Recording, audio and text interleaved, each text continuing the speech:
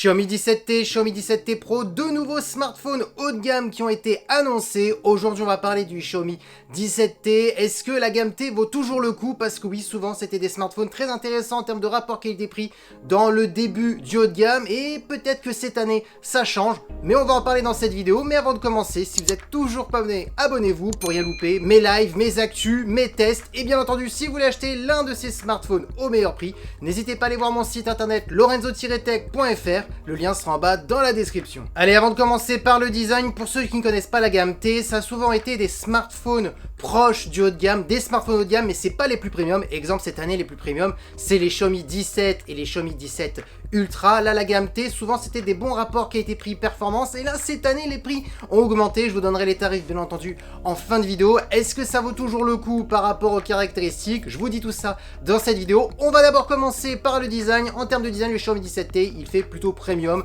très joli. Dites-moi ce que vous en pensez en commentaire. Il a très peu de bordure au niveau de la face avant, un joli dos. Donc voilà, franchement, rien à dire. Digne d'un smartphone haut de gamme. On attaque maintenant tout de suite les caractéristiques de la face avant. On a une diagonale de 6,59 pouces, résolution 1,5K, technologie d'écran AMOLED, accompagné par un taux de rafraîchissement de 120 Hz. Par contre, attention, c'est pas une dalle LTPO, on est sur un 120 Hz classique. Ensuite, on a un écran très lumineux parce que oui, la marque a annoncé du 3500 nits, donc ce qui est plutôt pas mal.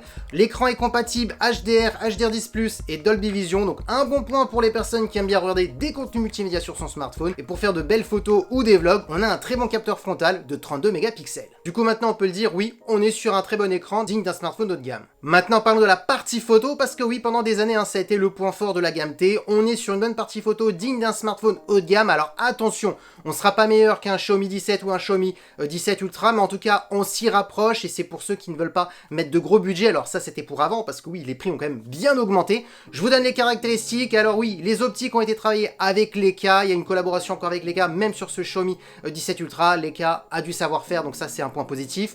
On a un capteur principal de 50 mégapixels, on a un ultra grand angle de 12 mégapixels et on a un téléphoto de 50 mégapixels qui va permettre d'avoir un vrai zoom optique sans perte de qualité jusqu'à x5. Donc ça, c'est vraiment le point positif. Donc oui, on est sur un smartphone polyvalent sur ce Xiaomi 17T. Et pour terminer au niveau de la vidéo, on pourra filmer en 4K 60 images par seconde. Et bien entendu, vous avez de l'intelligence artificielle pour vous amuser à faire des retouches, améliorer vos photos, comme la plupart des smartphones haut de gamme chez Xiaomi. Maintenant, parlons de performance. Alors c'est souvent le point fort dans la gamme T par rapport au prix. Je vous donne les caractéristiques: 12 Go de RAM, accompagné d'un processeur début du haut de gamme chez MediaTek, c'est le Dimensity 8500 Ultra, qui est un très bon processeur, mais peut-être que cette année, ce n'est plus le meilleur rapport qualité-prix chez Xiaomi pour ce Xiaomi 17T. Je vous donnerai mon explication en fin de vidéo pourquoi. Ensuite, vous aurez le choix entre 256 et 512 Go de stockage. Vous avez bien entendu un son stéréo avec les certifications Dolby Atmos, donc intéressant pour ceux qui aiment bien regarder des contenus multimédia sur son smartphone.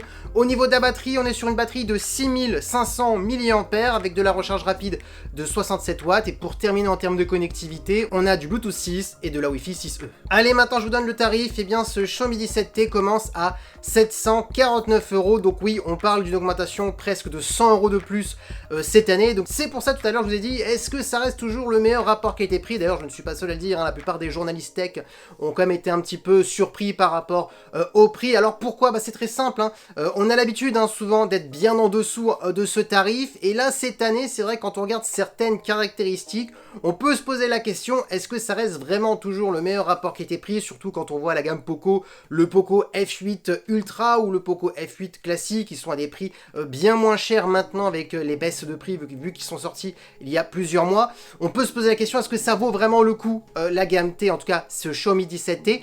Tout simplement parce que, par exemple, si on regarde les performances brutes, le Dimensity 8500 Ultra est le moins bon des processeurs qu'on peut retrouver par rapport à d'autres Xiaomi au même prix. Exemple, pour le même prix, aujourd'hui on peut avoir le Poco F8 Ultra avec le tout dernier processeur de Qualcomm qui explose ce Dimensity 8500 Ultra. Et pour vous donner un petit exemple, le Xiaomi Poco X8 Pro, qui a été annoncé au tarif de 450 € et on peut le trouver maintenant en dessous des 400 €, possède ce même processeur que ce smartphone à 749 €. Alors oui, attention, faut pas oublier que là maintenant la partie photo sur ce smartphone a été aussi énormément travaillée. On est sur un bon photophone, donc d'où le prix aussi qui est bien plus élevé que ce Poco que je donne comme exemple. Mais est-ce que maintenant ça vaut vraiment le coup de mettre ce prix-là? Est-ce que quelqu'un qui veut vraiment un bon photophone va peut-être pas aller plutôt sur un Xiaomi 17 ou un Xiaomi 17 Ultra? Donc voilà, c'est la petite question que d'ailleurs je vous pose en commentaire. Est-ce que vous trouvez le prix justifié? Parce que sinon, le smartphone est très très bon, mais c'est vrai qu'on peut se poser la question, est-ce que la gamme T a toujours sa place? Parce que oui, ce Xiaomi 17T coûte plutôt cher, et dans une prochaine vidéo, je vous parlerai de la version Pro qui coûte encore plus cher. Du coup, dites-moi ce que vous en pensez en commentaire de ce Xiaomi 17T. Si vous intéresse, vous inquiétez pas, vous aurez un lien en bas dans la description pour pouvoir l'acheter, parce que oui, la vidéo est terminée. J'espère que la vidéo vous a plu. Si c'est le cas, n'oubliez pas le petit pouce like, de vous abonner sur cette chaîne YouTube et d'activer la petite cloche de notification pour être notifié pour rien louper. Et sur ce, on se dit à très bientôt. C'était Lorenzo High Tech. Ciao!